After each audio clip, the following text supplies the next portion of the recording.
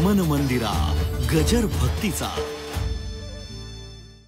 भक्त समागमे सर्व भावे हरी न सांगता करी सर्व काम साठविला राहे हृदय संपुष्टी बाहेर धाकुटी मूर्ती उभा मागण्याची आस पाहे मुखाकडे मागण्याची आस पाहे मुखाकडे चिंतिल्या रोकडे मनोरथ साठविला राहे हृदय संपुष्टी बाहेर धाकुटी मूर्ती उभा।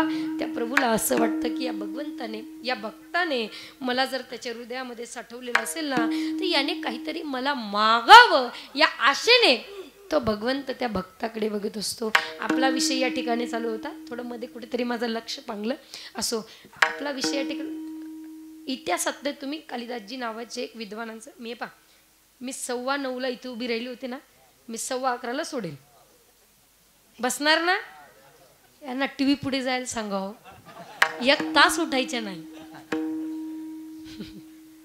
घेऊ ना 15 मिनिट, काही एवढी जास्त नाहीये।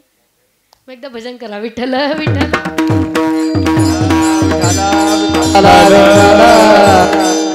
माफ करा बाबा, तर पुन्हा मनशान कोण आल्या होत्या आमची एवढी निंदा करताय, असं काय हरकत नाही।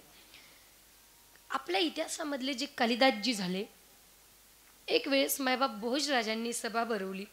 सभेमध्ये असं सांगितलं की बाबा मी या ठिकाणी 3 विद्वान असे आणलेले, 3 ब्राह्मण आहेत, एक आहे एकपाटी, दुसरा द्विपाटी आणि तिसरा आहे त्रिपाटी।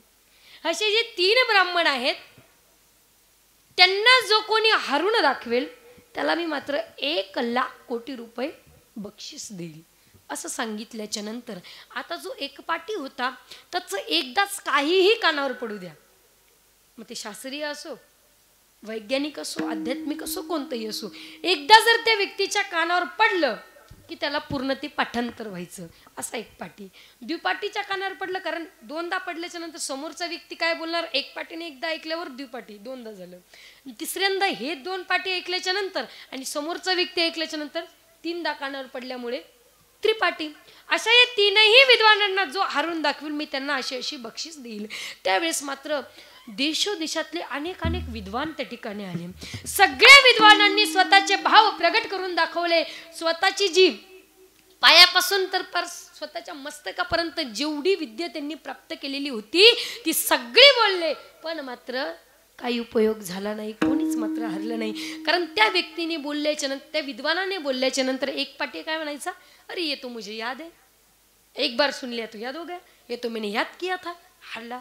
दूसरा म्हणायचा काय, अरे ये तो एक पाटी के मुख से और उसके मुख से 2 बार सुन लिया तो द्विपाठी, ये तो मुझे याद है, त्रिपाठी तेच म्हणायचा। असे सगळे विद्वान हरले मायबाप। सगळ्यांनी हात जोडून पाय पडून विनंती केली, आता नेमकं करायचं तरी काय। एका महात्म्याला सुचलं, अरे आपले कालिदासजी अजून आले नाही। पळत पळत तो व्यक्ती कालिदासजींकडे गेला, सांगितलं महात्म्यान अशा ठिकाणी भोजराजाच्या दरबारामध्ये 3 विद्वान असे आलेले आहेत की त्यांना आतापर्यंत कोणत्याच विद्वानाने हरू शकले नाही, तुम्ही काहीतरी करा। असं बक्षीस त्या ठिकाणी आहे। कालिदासजी त्या ठिकाणी गेले, त्यांनी एक श्लोकाचं वर्णन असं केलं की स्वस्ति श्री भोजराज, स्वस्ति माने कल्याण, हे भोजराज आपका कल्याण हो। स्वस्ति श्री भोजराज त्रिभुवन विदितो धार्मिक अस्ते पिताभूत तावई गृहीता नवनवति मिता लक्ष कोट्या मदीया तामे देहे तिराजन सकल बुधगणे ज्ञायते सत्यमेतद नवा जानन्ति तत्कृतिमथवा लक्ष देहि ततो मे। श्लोकाचा सरळ भावार्थ असा आहे की स्वस्ति श्री भोजराज, हे भोजराज आपका कल्याण हो। त्रिभुवन विदितो धार्मिक अस्ते पिताभूत, आपके जो पिताश्री थे, आपके पिताजी बड़े धार्मिक थे, इतना नहीं उनकी जो कीर्ति थी वो त्रिभुवन में थी। आपके पिता बड़े धार्मिक थे, उनकी कीर्ति त्रिभुवन में थी। तावे गृहीता नवनवति मिता, लेकिन एक बात ऐसी हुई कि जो आपको भी याद नहीं मुझे भी याद नहीं, आपके पिताजी ने मेरे पिताजी से 1,00,00,000 रुपए लिए थे उधार। तामे देहि ती राजन, मुझे क्या करिए वापस करिए। बोले भोजराज म्हणलं, बोले याचं काहीतरी प्रमाण, तुझ्या माझ्या वडिलांनी तुझ्या वडिलाकडून पैसे घ्यावे आणि ते एवढे मोठे पैसे, याचं काहीतरी प्रमाण। म्हणजे सकल बुधगणे घ्याये ते सत्यम येतात। हे 3 जे विद्वान आहेत ना, हे त्याचे प्रमाण आहेत, म्हणजे विचारा यांना। पहिला म्हणतो हे तो मुझे यादी नाहीये, ये तो मैंने कभी पढ़ा ही नहीं. द्विपाठी म्हणतो अरे बाप रे बाप मैंने तो कभी नहीं देखा. त्रिपाठी म्हणतो मैंने तो छुआ भी नहीं ना देखा ना कुछ किया. नोवा जाणते तत्कृतिमत्वा लक्ष देही ततो मे. तुम्ही बघा काय असेल ते मला माहिती नाही. सांगण्यास तात्पर्य मायबाप त्यावेळेस एकाही विद्वानाचं असं सांगण्याची हिंमत झाली नाही की तुझ्या बापाने. राजाचा बाप कधी कोणाकडून उधार घेईल का? राजाचा बाप तर राजाच असणार. राजा कधी कोणाकडून उधार घेईल? तुझ्या वडिलांनी याच्या वडिलांकडून 1,00,000 कोटी रुपये घेतले होते, तुम्ही पुन्हा वापस द्या, असं कोणत्या विद्वानाची सांगण्याची हिंमत होणार आहे? कोणीच नाही. हरले. सांगण्यास तात्पर्य माझं मायबाप एकच आहे, विद्वत्ता. मुद्दा ठिकाणी आहे किम किम न साधयती कल्पलते व विद्या. विद्या जर जीवनामध्ये असली तर व्यक्ती कधीच भुका मरू शकत नाही आणि त्याला जे पाहिजे असेल. कारण का विद्या कल्पवृक्षासारखी आहे. कल्पवृक्ष जसे त्या झाडाच्या खाली गेल्याच्या नंतर ते मनात येईल ते देतं, तशी एक विद्या आहे. मग ती गायनाची विद्या असो, वाजवण्याची कला असो, बोलण्याची एक वक्त्याची विद्या असो किंवा धार्मिक शास्त्रीय वैज्ञानिक कोणतीही विद्या असो, व्यक्ती कधीच भुका मारत नाही, उपवाशी राहत नाही. म्हणून मायबाप संस्कार आणि विद्या, मग विद्या ज्ञान संस्कार आल्याच्या नंतर त्याच्या मनामध्ये भक्ती जरूर रुजू होईल. त्यामुळे आपला विषय या ठिकाणी चालू होता म्हणून भक्ती प्रेमा विन ज्ञान नको देवा. अशा प्रकारे भक्ती हृदयामध्ये आल्याच्या नंतर भगवान परमात्मा त्या भक्ताच्या समागमामध्ये असतो. भक्त मोकळा सोडित नाही म्हणून तो काय करतो, हृदयामध्ये साठवतो आणि हृदयात साठल्याच्या नंतर तो भगवंत काय करतो, मागण्या याने माझ्याकडे काहीतरी मागावं अशी आस धरून ठेवतो. पण तुकोबाराय वर्णन करतात शेवटच्या चरणामध्ये, देवा मला काही नको अभंगाचं तुका मान जीव. ती तुकोबाराय वर्णन करतात की देवा माझा जीव आणि माझा भाव तुझ्या पायाशी फक्त असू दे, मला इतरत्र काही नको. कारण खरे भक्त देवाकडे कधी काही मागत नाही. कारण त्यांनाही माहिती आहे अन्न मान धन हे तो प्रारब्धाधीन. जीवाला जीवाच्या जीवनामध्ये जे काही प्राप्त होतं ते एक तर भाग्याचा उदय, दुसरी गोष्टी त्याला जोड लागते प्रारब्धाची. प्रारब्ध असलं तर आपल्याला 3 गरजेच्या गोष्टी प्राप्त होतात आणि भाग्याचा जर उदय झाला जीवाच्या जीवनामध्ये तर सगळ्या काही गोष्टीची उपलब्धी असते, प्राप्ती होते.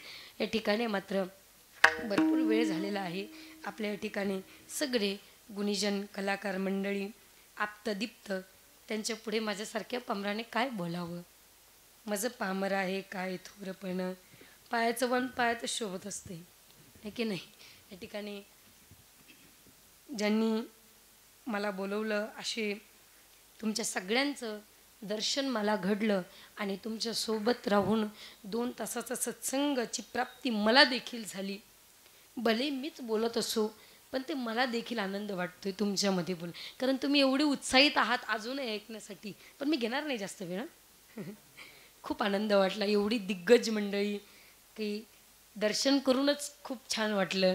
की पुढे ऐकल्याच्या नंतर आता तुम्हाला तर ऐकायचं सगळं हे भेटणारच आहे. या ठिकाणी ज्यांच्यामुळे यायला भेटलं त्या माझे परमस्नेही हरिभक्तपरायण मृदंगाचार्य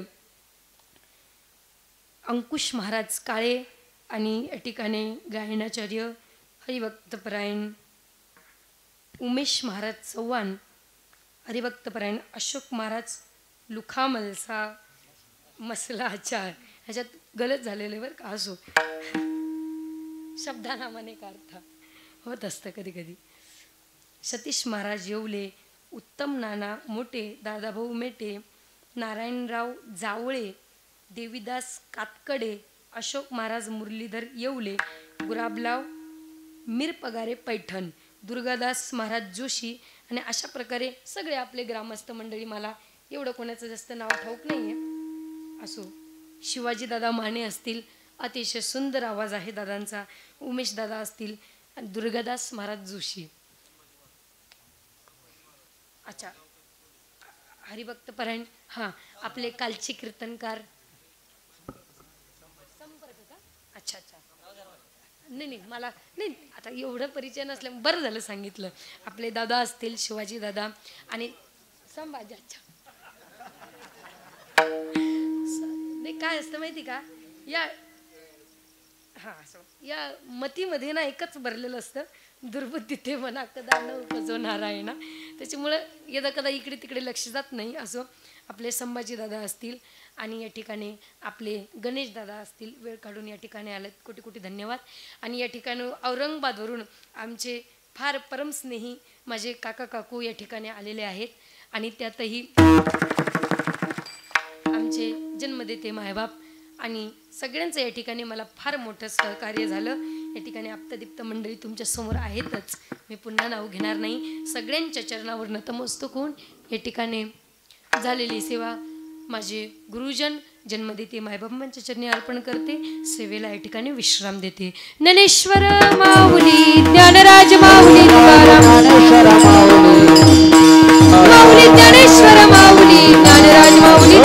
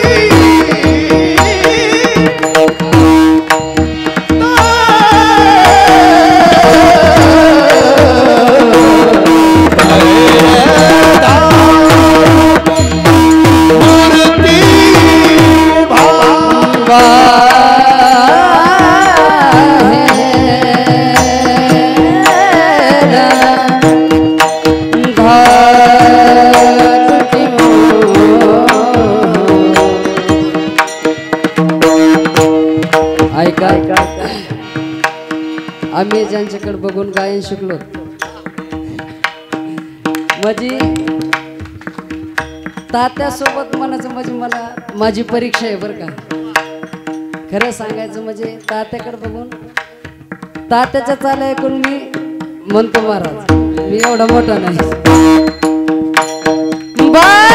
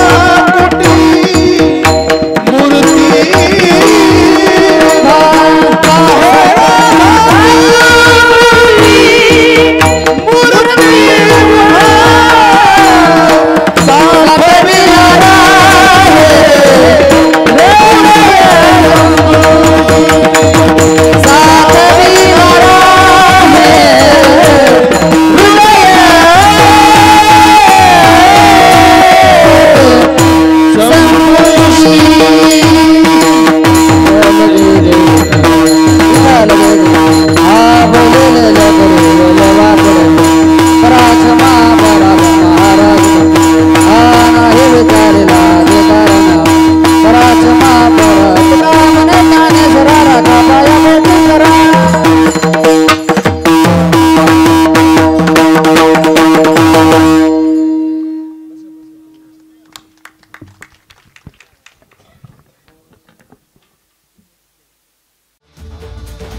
मन मंदिरा गजर भक्तीचा